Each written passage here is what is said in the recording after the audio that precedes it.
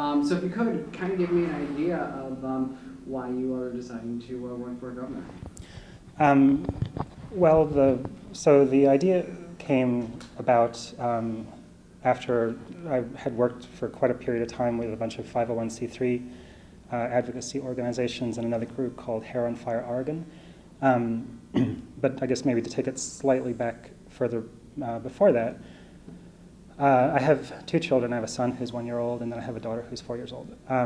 And I've always been kind of aware of climate change as an issue, but it never was anywhere near as much of an issue for me as it sort of was when my children were born. And I happened to read a book called Earth, which sort of gave a geologic history of the planet and the solar system, and it included a little bit of information about 2/3 of the way through that the climate, mostly when it changes, if it's changing at all, changes slowly and gradually and like sort of in the way that you might imagine. But there are periods of time in geologic history where it changes in the course of 50 years or much faster, and that's generally basically devastating for whatever happens to be alive at that time. And I read this book up until that point, and then I closed the book, and I was like, now I need to do something. Because up until now, I've always basically believed in climate change, and this campaign is basically about climate change. And I've always, I come from a background of scientists, and I'm a doctor, and we look at data and outcomes, and we don't pay a great deal of attention to rhetoric or interpretation as much as we do as of like what's the data and what actually happens. So in my mind, there's never really been a lot of debate about the actual science of climate change, but it sort of has always seemed to me that somebody would step up and fix it. But we've gone a long way down the track now with nobody basically stepping up and doing anything about it. If anything, and so to kind of go back to where I was, I worked with a bunch of 501c3 organizations, which are advocacy organizations like Friends of the Climate, if you like, or something like that. And they did a lot of grassroots activism, which is great, and they definitely brought the issues of climate change and the use of fossil fuels further into the media and to the public attention than might have otherwise happened. And that was great. They did good work. They're still doing good work. And then I worked with a group called Hair on Fire Oregon, which is haironfireoregon.org. And it's just a group of people. It's not an organization as such. But anyway, we put quite a bit of money into advertising in various different newspapers, the Oregonian, Willamette Week, other places around Oregon, mostly to advocate for this bill, House Bill 3470, the Climate Stability and Justice, or the Climate Justice and Stability Bill. I forget which way around it's titled. But this is basically a cap-and-trade bill, which is essentially the same as the California Assembly Bill 32, which has been a real boon for the California economy, has decreased their fossil fuel or their greenhouse gas footprint, has created jobs. It's got a lot of things going for it. This bill, the House Bill 3470, which was in the Oregon legislature, was very, very similar, and I think would have done all the same things. And with a lot of pushing from the 501c3 organizations, and also from our group, Hair on Fire Oregon, the bill, I think, probably went further through the legislature than it might otherwise have done, but it died before the end of the legislature. And at that point, I felt that what we were doing was great, and it was what people usually do, and even maybe going a bit beyond what people usually do as far as trying to push this issue forward. But when I look at my two little kids, it occurs to me that it's the time to go all out. It's not the time to be like, well, that was pretty good. That's not sufficient. And so I thought it's a big ask, or it's a big project to try and run for governor, and I have no previous political experience. But by the same token, I feel like it's sort of obligatory. Like I'm a dad. I'm supposed to be looking out for the interests of my kids. This is what I'm supposed to do.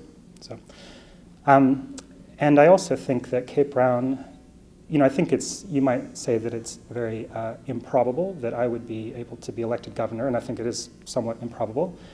But I'm actually fairly confident that I'm going to win the election, which will probably make you smile. But the reason that I say that is not just because I'm, unrealistic. I think what it is that Kate Brown, I think, doesn't really have a a clear grasp of climate change. I mean, I think a lot of people out in the community don't. Either they don't want to know, or they haven't made an effort to know, or they just don't pay attention to the temperature outside, or whatever it might be. And for whatever reason, Kay Brown seems to be in that camp. I don't know why. But she represents business as usual. And I think the surveys and the polls that I've seen indicate that 70% of Oregon, 70% of Oregonians believe in climate change. They believe it's man-made. They want to do something about it. And they believe that it's going to be something that's going to need them to, that's going to require them or oblige them to change their lifestyle significantly. So I think voters are very concerned and very aware that their climate is changing, and I think that they're concerned enough that they will vote that way. And I think that Kate Brown, I think she's probably a very nice person. I've never met her. I've never seen her speak. I don't know all that much about her. But I just don't think that she's not doing the job that she needs to do.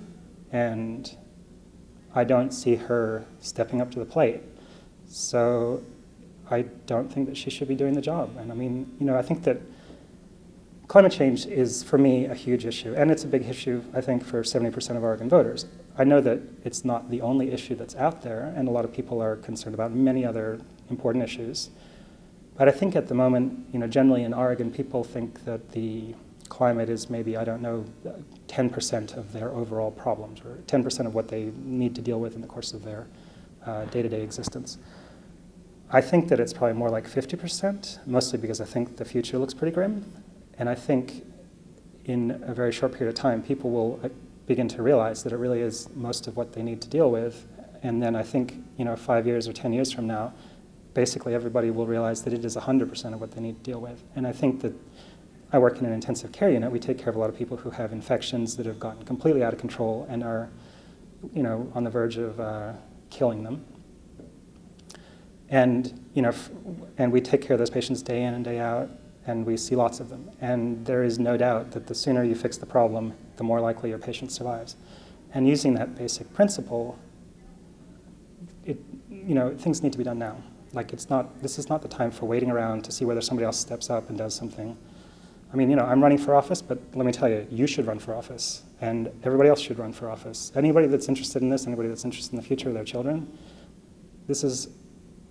I do not understand how it is not a bigger part of the American political consciousness or agenda. It is, let's fix this problem and then move on to whatever other problems we have. But this problem is our immediate problem. We need to fix that first. So that's a very long answer to your question about how I got to this point. But I think that climate change is a huge problem. There's lots of other problems out there. Climate change, I think, is the thing that needs to be fixed first, and then we can fix whatever other problems are going on. For example, if your house is on fire, your first order of business is to put out the fire, not to go and do the dishes. And I also think that there's a lot of parts that are already in existence about the, like the future economy when we get fossil fuels out of our economic system. There's a lot of those parts for this clean energy economy, which is the future of our economy, no matter what Exxon might want everybody to believe. All those parts are lying around, and really they just need to be picked up and put together. I mean maybe the main limiting issue might be batteries, perhaps. In other words, some sort of an energy storage that replaces the electricity grid across Oregon and makes it possible for us to use solar energy 24 hours a day instead of just when the sun's shining. So batteries are an issue.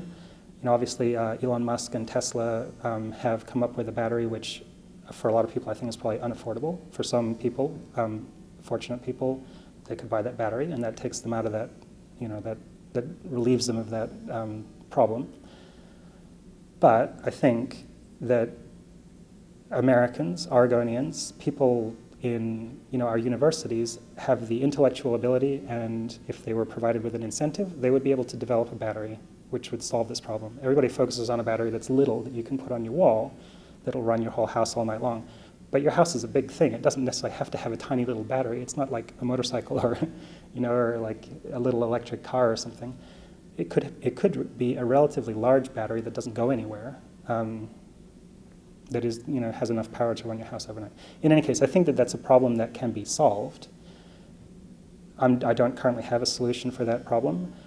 And I also don't imagine that like tomorrow, or let's say the day after I get elected, that suddenly we will have a renewable energy economy. I think that it's something that will need to be transitioned to, but I think, and perhaps our current legislators also think that maybe, although I don't see that they seem to think it, but perhaps they do at some level. But I think that their horizon is like 2050, but we need this to be done much sooner than 2050. We need to be mostly there by 5 years from now or something like that. I mean, you live in Southern Oregon, although, obviously Southern Oregon represents a relatively small part of the Oregon population, but I mean, we don't have snow in the mountains in the winter. Our temperatures in Medford are much higher than they are, on average. Our summers get steadily and steadily hotter. I mean, where is that going? That is not normal. And anyway, so it's a problem that somebody needs to fix. And if somebody else was fixing it, then I wouldn't be running for office. I think it is fixable. I think that we can. I think that investing in Oregon and perhaps using industry, investment, the creative ingenuity of Oregonians, we can put together a template for how it is possible to convert to a renewable energy economy in Oregon, which could be translated or sold to other states around the United States. And it could also very easily be sold to India and other China, perhaps. As far as I understand it, all the power plants that they currently use were almost certainly developed by Europeans somewhere.